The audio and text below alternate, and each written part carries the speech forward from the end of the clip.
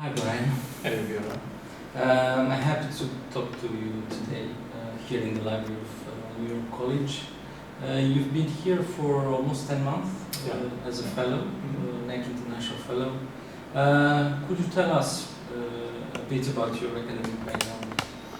Sure, I'm originally from New York City. That's where I took my BA in English, philosophy, and German.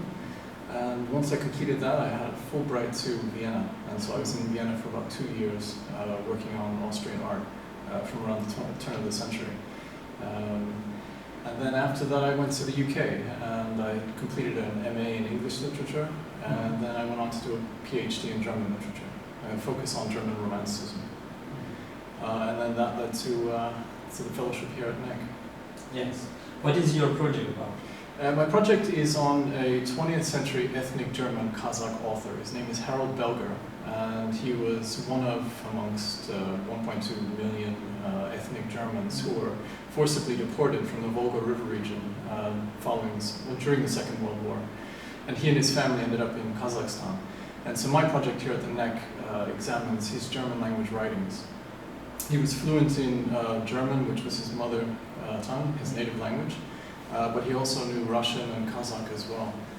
And so I'm focusing strictly on this German aspect of his identity and the way in which he conceives of himself within the Soviet Union and then later within Kazakhstan, Kazakh society. Was he writing only in German or? He wrote in German, in Russian, and in Kazakh, and he translated it into all between these three languages as well. So he was both writing creatively as well as critically in all of these languages, but also translating interchangeably amongst them as well. Could you tell us something about his main works? I mean, and why they would be relevant for somebody directly interested with literature, German literature? Sure. Well, one of the main themes in his work is the idea of exile, displacement, and migration. And obviously, these are very topical themes today with the global movements of people, particularly from the Middle East, but also North Africa.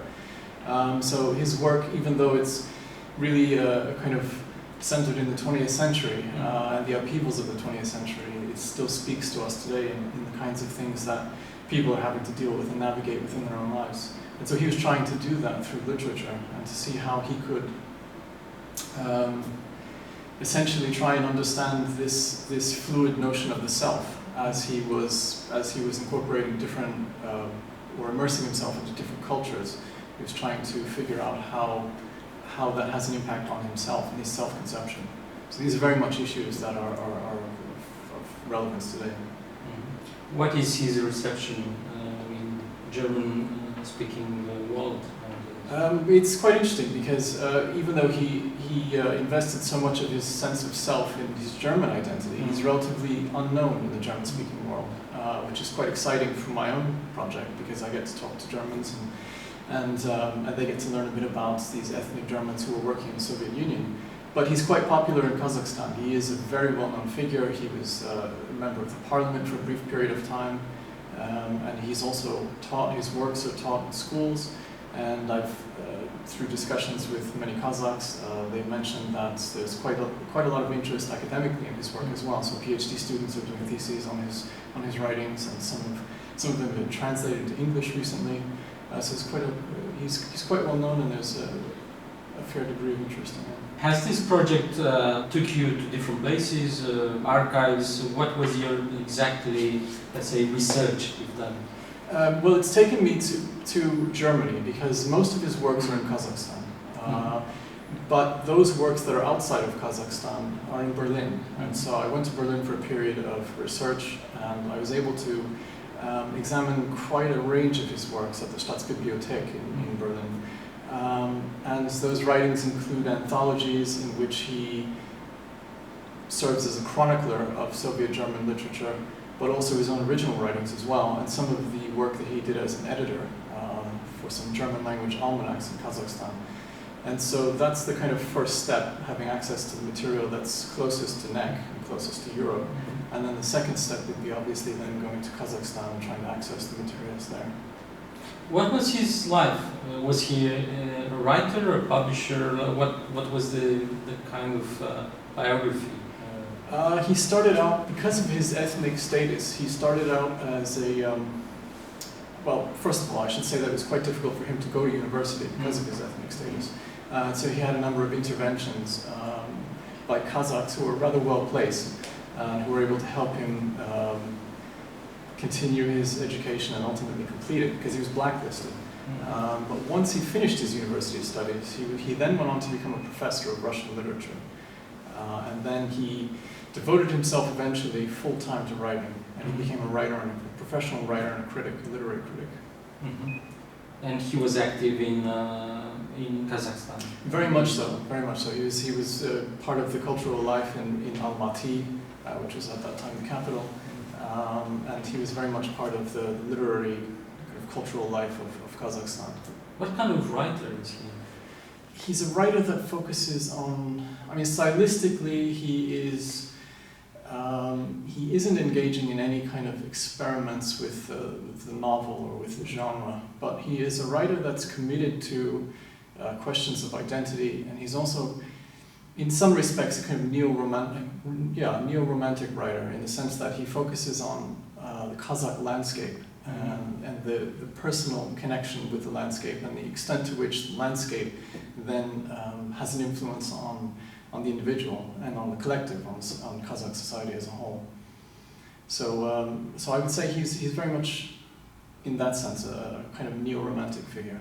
What were the main influences for his writing?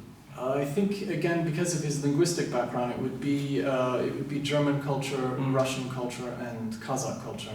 He was very much a comparativist as well. So he wrote comparative studies on Goethe, Lermontov, and a Kazakh writer by the name of Abay, who is, I've been told, essentially their kind of Dante or Shakespeare.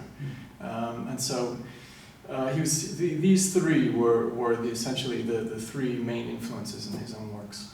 You've been here at Europe College in a multidisciplinary environment, and you've been taking part into seminars. What is your experience here for the last 10 months?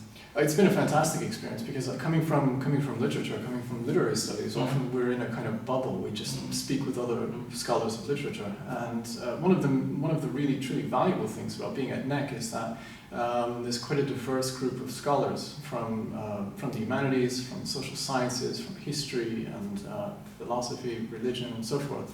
And so it's been quite useful for me to interact with people who have different disciplinary backgrounds, who use different methodologies, and that's kind of fed into my own work and informed the way in which I now continue on with literary studies. So it's been quite useful in that respect.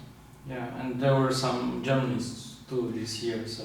There were, and I think it's going to lead to quite a fruitful collaboration, because we've been talking about extending the work that the Germanists are doing, that I'm doing, to broaden our scope, so that we look at the status of ethnic Germans within Central and Eastern Europe during communism, and hopefully, we'll have an edited collection that will result.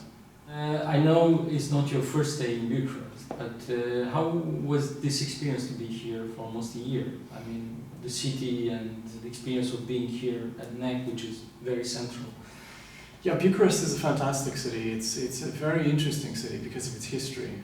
It's very multi-layered, and so despite having been here before, there's always something new to discover and learn about the city and its culture.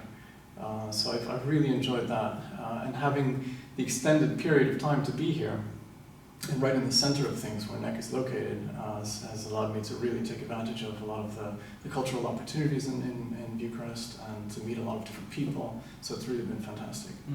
What would you say to future applicants to NEC fellowship? I would say submit your application as soon as possible, because it's a fantastic place, and it's incredibly supportive, and wonderful staff, wonderful colleagues, great environment, and it's really unique, I think, not only in Romania but internationally, because these sorts of institutions that allow young scholars to have a period of extended research without the responsibilities of teaching or admin are truly important, especially today, and particularly in the humanities as well. So, thank you, Brian. Thank you.